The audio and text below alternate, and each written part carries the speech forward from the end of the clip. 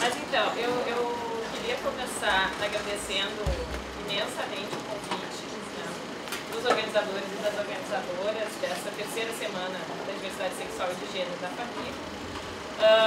É um prazer participar dessa mesa, né? Essa mesa se chama Põe a Cara na Universidade. Então é um prazer estar aqui com a Sofia, né, de quem eu sou fã, então faço também a declaração aqui pública, né? Sem bandeira não pode. Então, de quem eu sou fã e estou tendo o prazer de conhecer hoje. Mas eu agradeço sobretudo a confiança, né, da equipe de organização de me colocar nessa mesa de abertura, debatendo um assunto que é tão importante, né? Porque o convite que me foi feito foi de falar um pouco sobre o acesso da população LGBT na universidade, né? E também, aí já é a interpretação minha, o espaço que a universidade, e aí a gente está falando em termos de URGS, sobretudo, né, oferece para a gente discutir essas questões. Mais amplamente, eu acredito que se trata de pensar que espaço que a universidade oferece para a gente conseguir problematizar, né, e desmantelar a lógica hegemônica que organiza a universidade. Lógica essa que supõe uma distribuição diferenciada e hierarquizante das posições sociais. Essa lógica, como eu vou tentar pensar um pouco aqui na minha fala, ela reitera desigualdades, né? Ela distribui e naturaliza privilégios, assim como está na base de uma série de violências perpetradas cotidianamente, entre as quais a gente poderia situar aquelas, né, que envolvem a diversidade de gênero, de sexualidade e do corpo sexual. Essas questões, elas são centrais, então, nas minhas inquietações como professora universitária. E não me parece coincidência que eu fui convidada para falar sobre elas nessa mesma semana em 2 eventos. E em 2 eventos, e isso que não me parece coincidência, que constituem iniciativas inteiramente dos e das estudantes. Então, esse evento e o das caloradas do DCE da PUC, que também é organizado inteiramente pelos e pelas estudantes. E é importante que se destaque, né, iniciativas que muitas vezes são alvo de muita resistência, que muitas vezes não recebem apoio institucional, que são desacreditadas ou mesmo desqualificadas, né, como é demonstrado numa das frases de professores e professoras que foram espalhadas, foram coletadas. Eu adorei, aliás, esse propósito de vocês. Na verdade, eu fiz a minha fala um pouco em cima dessas frases, né. Então, eu queria citar uma delas, que eu acho muito forte, né, que é a Fabic se tornou um lugar promíscuo. Jamais deixaria... Vamos vir pra cá. Jamais deixaria minha filha estudar numa instituição assim. Por mim, essa semana da diversidade não existiria. Frente a essa e as outras frases que vocês denunciaram, acho que elas estão espalhadas por aí, mas acho que muitas já foram retiradas, o Nicolas falou. Eu peguei as que vocês disponibilizaram no evento, né, no Facebook.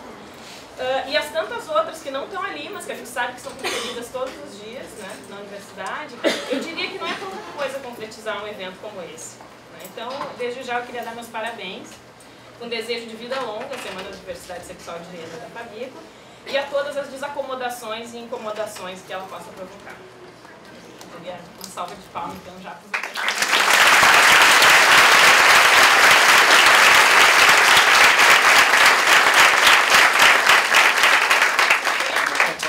Ao mesmo tempo, eu acho que a gente precisa se perguntar, pensando nessas frases e nessas dificuldades de organizar eventos como esse na universidade, a gente precisa perguntar o que isso está nos dizendo do lugar que essas questões de gênero e sexualidade ocupam institucionalmente, né? Elas se inscrevem no horizonte ético-político da universidade, no horizonte ético-político dos e das docentes, de quais? De que modo? Dito isso, eu gostaria de rapidamente indicar a minha posição nesse debate. Então, eu falo como alguém que vem trabalhando academicamente nos últimos anos com o tema da intersexualidade, né? Trabalho que eu tenho integrado com um forte envolvimento e compromisso ético e político com o tema, a partir de uma perspectiva crítica em relação às cirurgias desnecessárias e não consentidas em crianças que nasceram com corpos que os padrões de normalidade biomédica classificam como ambíguos ou incompletos. Eu faço parte da Universidade Federal do Rio Grande do Sul, então da URGS, como docente, desde 2010, o que é relativamente recente, né? quando eu ingressei no Departamento de Psicologia Social Institucional. Desde essa data eu integro um núcleo de pesquisa que chama NUPSEX, né, que é o Núcleo de Pesquisa, Sexualidade e Relações de Gênero, que é coordenado pelo professor Henrique Nardi. No NUPSEX, a gente tem trabalhado com pesquisas que focam em diferentes temáticas no campo dos estudos de gênero e sexualidade, desde uma perspectiva interseccional. Ou seja, a gente entende que diferentes marcadores sociais de diferença, como gênero, sexualidade, raça, classe, entre outros, eles se articulam posicionando os sujeitos socialmente, subjetivando os sujeitos e situando as pessoas em lugares de maior ou menor vulnerabilidade / precariedade. No NUPSEX, também sempre reforçamos nosso compromisso político e muitos alunos e muitas alunas se juntaram a nós motivados e motivadas por isso, né? Por esse compromisso político que sempre ficou muito evidente nas nossas ações. Às vezes também se aproximaram porque aquele era um espaço mais seguro na universidade, né? Um espaço mais protegido das inúmeras violências sofridas e onde se falava abertamente do preconceito e da discriminação como algo muito concreto que devia ser combatido. Muitas demandas, então, começaram a chegar ao NUPSEX, desde que eu me vi, né, compondo o NUPSEX. Seja convites para oferecer oficinas, atividades de formação, até pedidos de ajuda e orientação em relação a diferentes situações de preconceito e discriminação vivenciados dentro e fora da universidade. E eu posso dizer para vocês que não foram poucos, não foi pouca a procura no NUPSEX. A gente montou, então, a partir da identificação dessas demandas, motivadas por essa demanda, um centro de referência, que chama Centro de Referência em Direitos Humanos, Relações de Gênero, Sexualidade e Raça, que é hoje um projeto de extensão que a gente mantém e é financiado pelo PROEST. No centro, a gente buscou uma série de coisas, assim. Entre elas, buscar proporcionar acolhimento e orientação à população LGBT vítima de discriminação, violência e ou preconceito relacionados à identidade de gênero e orientação sexual. A gente realiza formações e assessorias para profissionais das políticas públicas de educação, saúde, segurança pública e assistência social. E a gente também realiza projetos de formação para escolas de ensino fundamental e médio. Atualmente, a gente tem voltado muito os nossos esforços também na abordagem das questões raciais. Então, com alunos e alunas que vêm se dedicando ao projeto COTES da universidade. Né? Até depois, se vocês quiserem saber mais, tem a trupe aqui do centro, está toda aqui na frente, podem falar melhor para vocês. Mas dentro das ações do Centro de Referência e do NUPSEX, eu queria destacar duas. Né? Uma delas, a nossa parceria com o Grupo G8, generalizando do Serviço de Assessoria Jurídica aqui da universidade, e com a ONG Igualdade, né, a Associação de Travestis e Transsexuais do Rio Grande do Sul. Através dessa parceria, né, aqui também está a Luísa, que pode falar para vocês, eu estou remetendo o debate todo. Né? Através dessa parceria, a gente vem produzindo pareceres psicossociais para os processos de retificação de registro civil de transexuais, desde uma perspectiva muito implicada com a despatologização da transexualidade. A gente também teve participação no processo de construção da política de uso do nome social da universidade. Para quem não sabe, ela existe desde o final do ano passado. Né? Então, eu, Eric Siga, que está ali, que faz parte do NUPSEX como bolsista de iniciação científica, a gente integrou essa comissão, que foi formada em junho de 2014 e foi responsável por elaborar, então, essa proposta de regulamentação dessa política. Finalmente, no que se refere ao curso de graduação em Psicologia, eu ministro a disciplina de Gênero e Sexualidade, de modo de subjetivação contemporânea, que é uma disciplina eletiva, né? É uma disciplina eletiva, né? Acho que é importante destacar também que não existe nenhuma disciplina obrigatória que trate desses assuntos na universidade, então essa é uma disciplina eletiva, né? E que eu deixo aberta para outros cursos, né? E eu e o Henrique, a gente também tem oferecido outras disciplinas na pós-graduação que giram em torno dessa temática. Mas dito isso, né, quando eu estava preparando essa fala de hoje, eu fiquei muito angustiada sem saber por onde abordar o tema. Né? Muitas direções podiam ser tomadas, podia ir em muito lugar, então eu resolvi que a gente pensasse aqui, fizesse o esforço de pensar a educação como um sistema político. Né? A educação como um sistema político que produz efeitos muito concretos na vida das pessoas. Então, as universidades, assim como outros estabelecimentos de ensino brasileiros, elas estão atravessadas por marcadores sociais de diferenciação como classe, raça, gênero, território, sexualidade e outros. Para pensar a educação como esse sistema político que produz corpos, né, produz concretamente corpos, né, e que participa da construção de gêneros e sexualidades, eu decidi então partir das frases de professores e professoras que estão expostas aqui na Fabico e as conectaria com outros elementos que constituem o espaço universitário. Os trotes, a ambiência da sala de aula, com conteúdos muitas vezes sexistas, homofóbicos, transfóbicos, a dificuldade de acesso de pessoas trans e travestis à universidade e, finalmente, uma questão que eu diria mais epistemológica, que são as hierarquias e as exclusões quando se trata de reconhecer os saberes produzidos fora da universidade, né? Criando uma dicotomia entre aqueles que estudam e que podem ocupar lugares de fala acadêmicos e aqueles que são estudados e que, portanto, constituem-se como objetos dessas falas. Então, as frases que vocês destacaram, né, elas remetem a muitas dessas questões, né? Eu já citei uma no lista fala, aqui eu vou citar mais 4. Eu tô rindo porque eu acho elas muito absurdas. A primeira delas, então, tanta coisa importante, tu quer perder meu tempo com essas coisas de feminismo e gênero? A segunda, isso de racismo já tá manjado, todo mundo já sabe. A terceira, na época a gente chamava de putão mesmo, não tinha essas frescuras de nome que tem hoje. A quarta, o feminismo está tirando o papel de protetor do homem. Não, né, que são penas.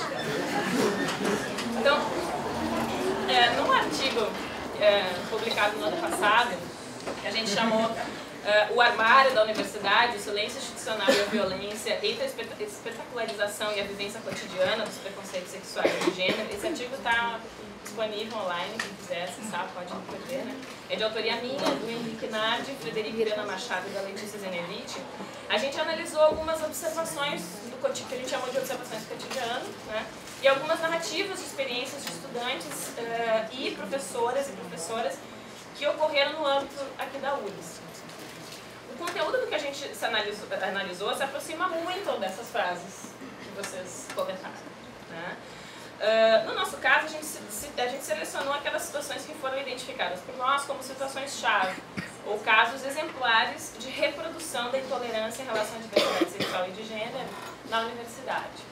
Essas cenas e narrativas foram acessadas através justamente das atividades do centro, né?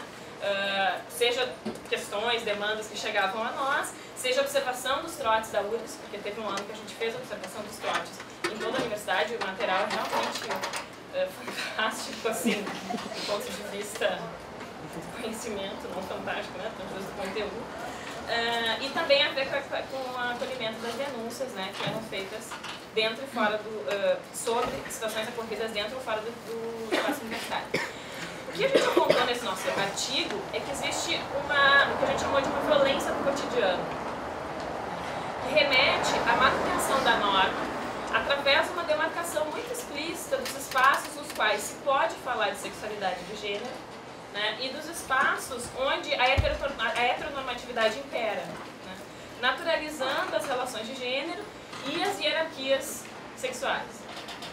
Vemos, por exemplo, né, e isso a gente coletou vários dados sobre isso, a celebração da heterossexualidade, né, articulada ao sexismo, nos inúmeros cartazes de festas organizados pelos diretórios acadêmicos, e eu acho que todo mundo aqui que frequenta os espaços vai saber do que eu estou falando, né? Isso é um exemplo, né? Indicamos no artigo uma série de outros relatos discriminatórios e de silenciamento das diferentes expressões de gênero e da sexualidade que habitam a universidade, em momentos nos quais a disciplina e o controle se articulam de uma forma muito perigosa e muito, como a gente estava falando, de forma muito perversa. Assim, né? As piadas, os risos, os trotes, né? E os trotes, a gente fez uma análise disso, né? Como eles são extremamente violentos em sua afirmação da superioridade moral da heterossexualidade, né? Todas essas coisas marcam a ocupação do espaço universitário pelo preconceito. Além disso, como os cartazes que foram espalhados pela Fabico reforçam, Os casos de preconceito e discriminação também envolvem frequentemente atitudes e falas de professores e professoras, né, as quais representam, digamos assim, o discurso oficial, né, acerca dos saberes institucionais e que não raro servem de modelo identificatório para muitos alunos e muitas alunas que se sentem também com permissão de repetir determinados discursos. A pesquisa realizada pelo Ângelo Bravelli Costa e pelo Henrique Caetano Nardi, que são também lá do NUPSEX, e divulgada no ano passado, também levanta alguns dados nessa direção. Não sei se vocês ficaram sabendo dessa pesquisa, né? Essa pesquisa foi uma pesquisa sobre atitudes e crenças relacionadas à orientação sexual e identidade, não conformidade de gênero, dirigida ao corpo docente da graduação da URGS. Nessa pesquisa, eles buscaram mapear o preconceito presente na universidade entre os alunos e as alunas. Aproximadamente 30% dos alunos e das alunas da URGS respondeu à pesquisa, ou seja, 8.184 pessoas, segundo o que eles relataram na pesquisa. Houve representação de todos os cursos da universidade, né? E, considerando o universo das respondentes, a análise indicou que 12,17% das pessoas apresentam um nível mínimo de preconceito. O que, segundo os pesquisadores, é seríssimo. Por quê? Porque a escala que eles utilizaram, ela avalia o preconceito explícito a partir de afirmativas de extrema sensibilidade, como travestis me dão nojo. Então, assim, o nível mínimo de preconceito significa que a pessoa marcou que sim para essa pergunta, por exemplo, né? Homens e mulheres deveriam ser proibidos de mudar de sexo. O casamento entre mulheres lésbicas deveria ser proibido. O sexo entre dois homens é totalmente errado, etc. Né? Questões nesse nível de sensibilidade. Outros dois dados também são importantes, são bem importantes nessa pesquisa e também preocupantes, né? Um deles é que a permanência na universidade não contribui para a diminuição do preconceito. Quer dizer, estar na universidade não faz, né, pela avaliação deles, o tempo na universidade não diminui, não aumenta, mas também não diminui. Né? E o outro que parece muito relacionado a esse, e que eu acho que a gente poderia também pensar aqui, é que quase 70% das pessoas relatou nunca ter realizado formação ou assistido alguma aula, palestra ou atividade relacionada a gênero, a identidade de gênero, sexualidade ou diversidade sexual nesta universidade. Talvez depois vocês possam dar alguns depoimentos em relação a isso, né? Eu imagino que isso seja uma realidade muito presente, né, na nossa universidade. No contexto dessas discussões, então, eu volto ao que eu tinha falado antes, destacando que só em dezembro do ano passado a URGS aprovou uma política de uso de nome social para pessoas travestis e transexuais. Essa foi evidentemente uma conquista, né? Já que os alunos e as alunas trans passavam por constrangimentos explícitos na universidade, né, relacionados ao uso do nome e ao desrespeito à sua identidade de gênero. No entanto, algumas discussões ainda ficam em aberto. Né? A política ainda possui limitações muito evidentes, muito explícitas, pois existe ainda muita falta de informação, há muito que eu vou chamar aqui de cissexismo institucional, né? Que submete as pessoas a processos ainda muito problemáticos, como a manutenção do nome de registro civil nas plataformas de educação à distância, tipo o Moodle, ou seja, as pessoas têm que acessar de novo alguém para dizer, olha, não está funcionando, o nome de registro civil está lá. Isso não devia acontecer, não é para acontecer. Pelo menos quando a gente pensou na Eric, não era para acontecer. Ou os novos entendidos dos setores que precisam realizar os acertos no sistema, tipo no decode, né? A pessoa vai lá, vai no decode, ninguém sabe. Ninguém sabe, o negócio existe, ninguém sabe como funciona, não sei. Nome social. Né? Então a gente tem recebido alguns retornos em relação a isso. Além disso, a implementação da política não parece vir acompanhada de um incremento em atividades de formação ou de uma discussão sobre outros aspectos, como, por exemplo, a problematização das divisões de banheiros por sexo, presente em praticamente todas as unidades da universidade. Né? A questão do uso dos vestiários, né? Ou o respeito ao nome social e aos pronomes correspondentes no cotidiano mesmo da universidade, nas salas de aula, nos eventos, nos corredores. Então, né, esse cissexismo institucional é ainda mais avassalador, porque ele habita os corredores da universidade, as salas de aula, os conteúdos das disciplinas, e ele hierarquiza os lugares de fala. Na área da saúde, por exemplo, que é a que eu trabalho e a que eu pesquiso também, multiplicam-se perspectivas que patologizam a diversidade no que se refere às expressões de gênero e sexualidade, que reforçam uma compreensão do corpo sexuado, que reitera violações, como no caso da transexualidade, mas também no da intersexualidade, como eu falei antes, né? Aquelas situações em que o corpo sexuado variaria, né, de um estándar corporal binário, conforme definido medicamente. Não são poucas as escalas, os exames, as teorias que os alunos e as alunas têm que aprender em sala de aula e que insistem em definir o que é ser mulher, o que é ser homem, qual a sua natureza, sua biologia e a sua constituição psíquica. E esses mesmos parâmetros não cansam de colocar alguns corpos e formas de expressão do gênero e da sexualidade fora da curva dita normal. No que se refere à intersexualidade, que é o tema com o qual eu venho trabalhando há mais tempo, por exemplo, eu diria que são praticamente inexistentes espaços na universidade, ou no hospital, ou hospital universitário, onde essa discussão deveria estar, né, em que a gente questione o caráter violento e violador de diagnósticos médicos que enquadram e buscam normatizar a diversidade corporal, mutilando corpos intersexos, né, em nome de uma certa norma corporal que supõe que a um determinado corpo deve corresponder a uma determinada identidade. Já estou acabando. No que se refere a transexuais e travestis, a educação, de forma geral, ainda é um lugar de muitas violências. Em uma pesquisa realizada pelo NUC, que é o Núcleo de Direitos Humanos e Cidadania LGBT da Universidade Federal de Minas Gerais, que foi coordenada pelo professor Marco Aurélio Prado, foram entrevistadas 141 travestis e transexuais, e os dados eles são muito alarmantes. De 138 pessoas que frequentaram a escola, quase 60% estudaram até o 3º ano do ensino médio, mas apenas 6,5% ingressaram na universidade. E apenas 2,2% concluíram o ensino superior.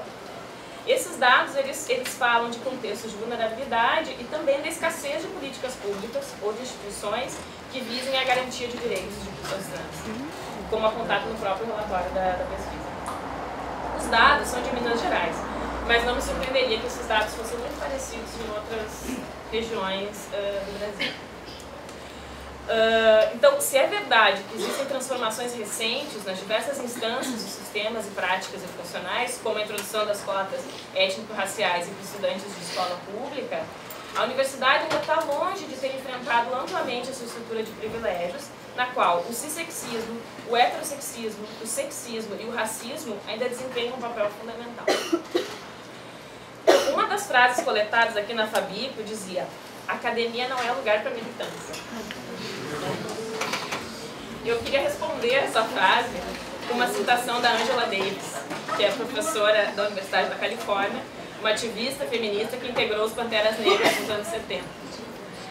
Numa entrevista para Caderno Muito, uma passagem pela Bahia em 2013, a Angela Davis afirma: é importante que acadêmicos treinados na estrutura da universidade reconheçam o conhecimento produzido para além das fronteiras dessas instituições. O feminismo, tanto no âmbito acadêmico, mas também como metodologia de luta, enfatiza um tipo de interdisciplinariedade. E ela fala essa frase que eu acho ótima: o conhecimento acadêmico deve estar em diálogo constante com as formas de luta.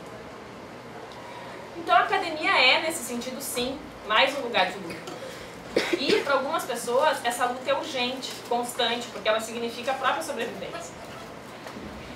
Na ocasião de uma das aulas do semestre passado, uma disciplina que eu ministrei de gênero e sexualidade, essa disciplina que eu falei para vocês, o tema era ciência e produção do corpo sexual, é o tema da aula, e duas alunas fizeram uma performance. Então a Dani, que deu aula comigo, né, participou não, assistiu a performance. Essas alunas, elas ofereceram seus corpos nus, manchados por sangue, ao escrutínio do nosso olhar. Elas recitaram um texto fortíssimo para a turma, que observava paralisada, só que ninguém estava esperando, né, aquela performance que elas fizeram. Ah, tem outra aluna aqui também que participou. As alunas essas, elas denunciavam camada por camada nossos lugares de conforto, né? Conforto que, de uma certa forma, tornava aquele espaço universitário que compartilhávamos cúmplices dessa ciência que normatiza os corpos, os desejos, os modos de expressão do gênero e da sexualidade. Quando elas acabaram de declamar o texto, essas alunas saíram da sala de aula em um rompante, correndo pelos corredores da Faculdade de Educação, numa manhã de quinta-feira, fazendo muito barulho. Mas a resistência não tem como não ser ruidosa. Como disse o professor, autor de outras das pérolas que vocês colocaram nos corredores, a parada gay é barulhenta demais. Com essa frase eu vou ter que concordar. A parada gay é barulhenta demais.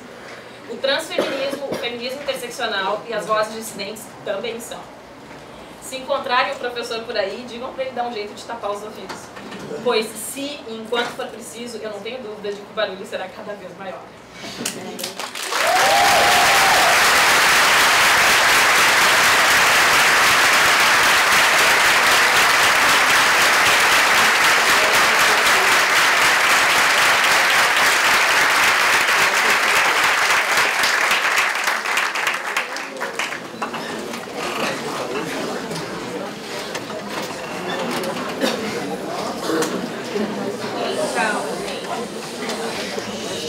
Façam falar muito alto, senão minha voz de garota vai embora.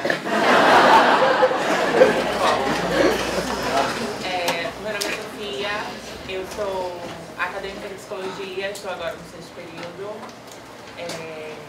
Eu sou administradora da página da Piscina Reflexiva e eu tenho 22 anos, é basicamente por isso que eu estou aqui.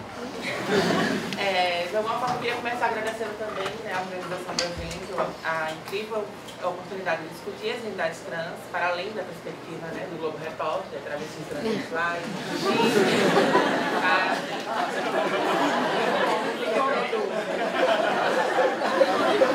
isso eu espero que vocês, de alguma forma, não repitam. Muito recentemente, acho que semana passada, o G1 divulgou que uma professora transgênica e aí havia sido demitida, ou seja, vai ter mulher de milho. Eu queria começar a minha fala, de alguma forma, pensando a mídia e a educação como duas esferas. Em ambas, a gente vai poder encontrar um núcleo, um centro, na verdade. E o meu ponto de partida é uma citação de uma escritora canadense chamada Linda Hutton, que diz que se o centro não vai continuar, viva as margens. Então aqui eu queria, de alguma forma, novamente, pensar o centro na mídia e na educação, que isso é sinalizar aquilo que consegue ser reconhecido nesses espaços, o que serve de referência ao centro. Brevemente, esse núcleo inteligível, ele é branco, ele é heterossexual, ele é masculino e ele é cisgênero, sendo esse o modelo a ser seguido, copiado e repetido. De alguma forma, tudo que fuja disso será marcado como patológico, abjeto, exótico, pecaminoso ou desviante, ou até mesmo perverso. Essa pessoa não será identificada por essas estruturas. E nesse percurso, as travestis transexuais receberão um tratamento que eu considero o pior. Serão operadas no campo do sarcasmo, da não seriedade, da piada e da chacota.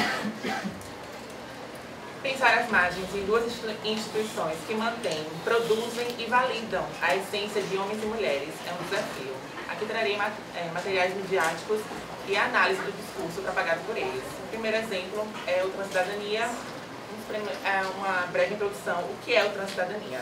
É um projeto da Prefeitura de São Paulo que dá auxílio de aproximadamente R$ 800, salário mínimo, para quem cumprir 30 horas semanais de presença e estiver há 3 ou mais anos sem carteira assinada. 100 pessoas trans participam do projeto, delas, 85% vivem em quartos compartilhados ou em casas de cafetina, 86% não haviam terminado sequer o ensino fundamental, a taxa de adesão no final foi de 90% e a de evasão, logo, 10%, abaixo da média de evasão escolar entre jovens e adultos, que, segundo o IBGE, é de 36%. Vamos ver agora o que a mídia publicou a respeito da Transcidadania. Bolsa Travesti, a falsa solução de Haddad para um problema real de São Paulo, divulgado pela Veja. Agora já vamos culpar até a Dilma pelo Bolsa Travesti. A Prefeitura petista vai pagar bolsas de R$ 840 para travestis transexuais, divulgado pela Folha. Fernando Haddad, do PT, pagará salário mínimo para travestis estudarem. Saiba mais, clicando aqui, divulgado pelo site Verdade Gospel.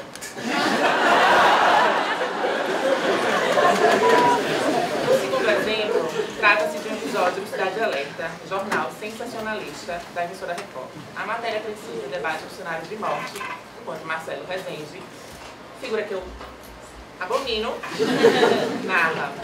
Deixa eu contar uma história. Ele diz: um homem empresário, 44 anos, entra na Avenida Indianópolis, pega um travesti, vai pra lá, dá 6 tiros na porta em que o travesti se escondeu.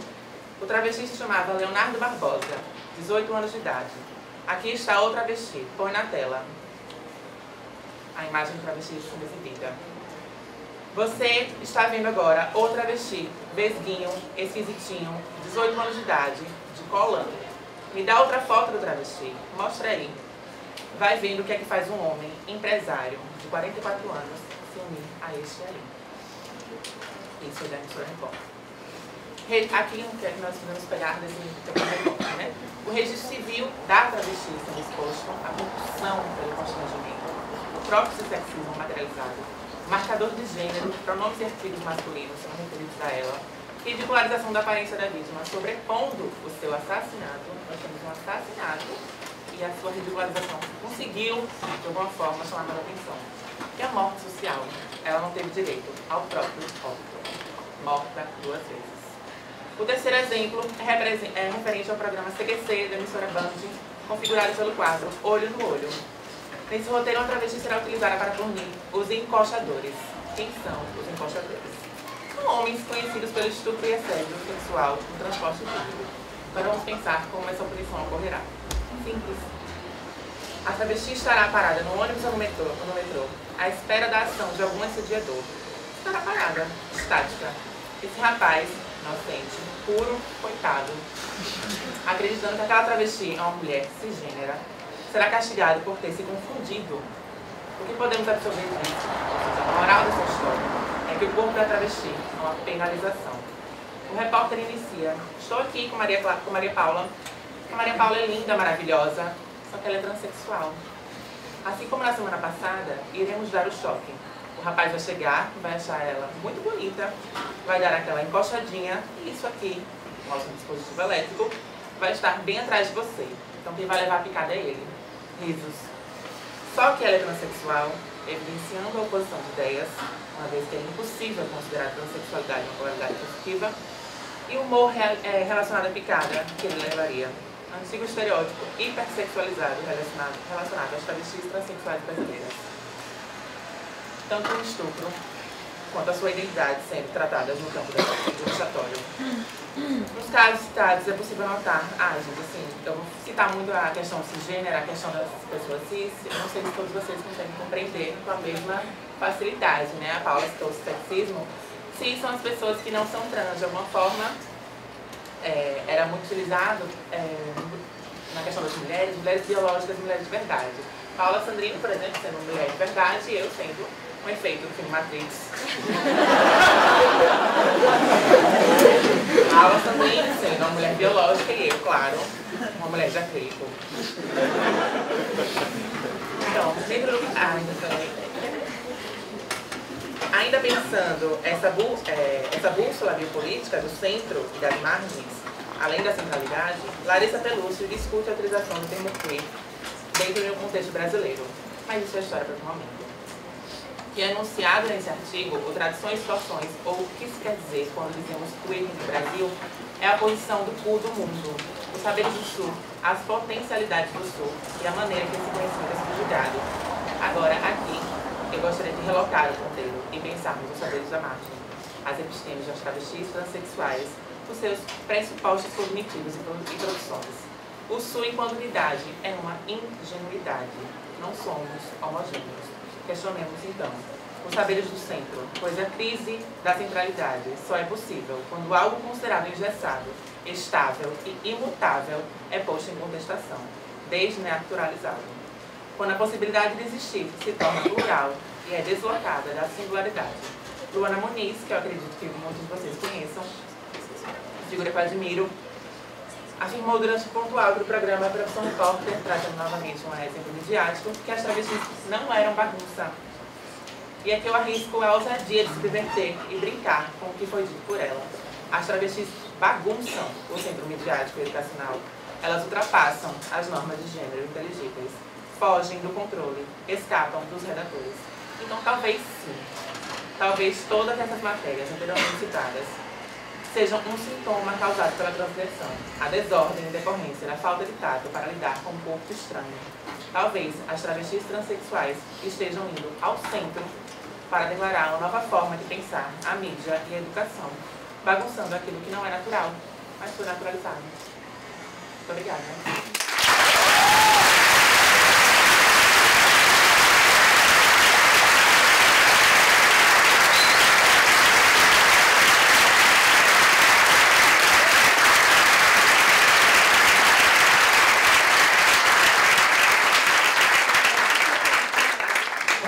Então, ia rolar um slide, né, mas essa Fadrico tá babado.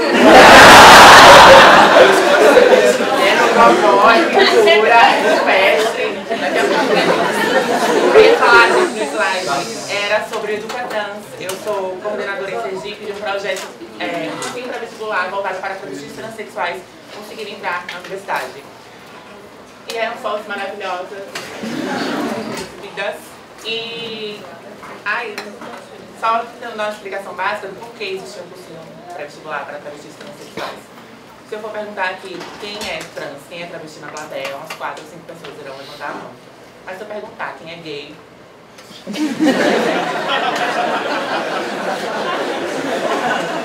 E aí a gente vai ter, por exemplo, 90% de travestis transexuais, que de acordo com a ANTRA, é a Associação Nacional de Travestis Transexuais, estão inseridas na prostituição. 90% de travestis transexuais inseridos na prostituição é um número alarmante, mas isso não choca, isso não nos comove de alguma forma.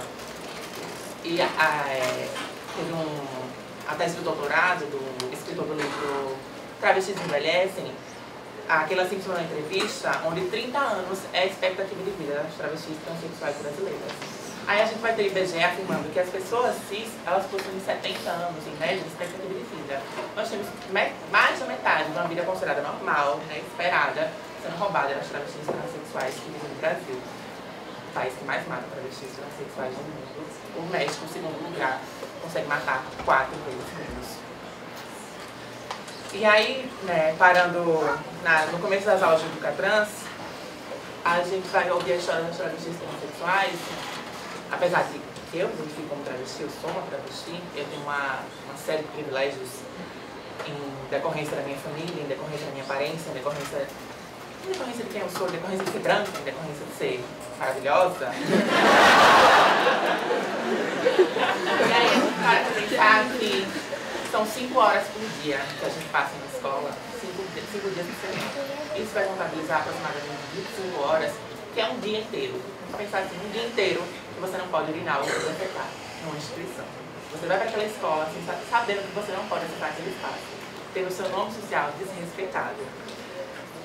E aí a gente vai problematizar a carência, a ausência dessas pessoas nos espaços, não mais como um dado celestial, um dado divino. Deus não falou, olha, travesti não pode estudar. Isso é uma compulsão social, não é mesmo? Isso possui uma história. A USP divulgou, acho que em 2014, no grupo de direito e sexualidade, que 30% dos processos judiciais de retificação de registro civil estavam sendo negados para os travestis transexuais, quando essa mesma recusa era de 15% para os considerados não desviantes de gênero, os cisgêneros. Então a gente tem 2 vezes mais dificuldade para poder ter uma cidadania completa, uma cidadania integral. E eu acho que todos esses fatores vão me levar a pensar que é preciso que existam mobilizações como o Educatrans em Sergipe, como o Transiando o Enem em Salvador, Felipe Leigrade, como o Cursinho de Transformação em São Paulo, como o Trans-Enem, muita bicha, enfim. Todos esses cursinhos são necessários em todos os estados do Brasil e a minha intenção é, de alguma forma, né, fazer com que mais algum cursinho fosse lançado. E dessa vez eu vim no Rio Grande do então, onde? Em Porto Alegre. E era isso, assim, não teve áudio, não teve microfone, mas teve beleza.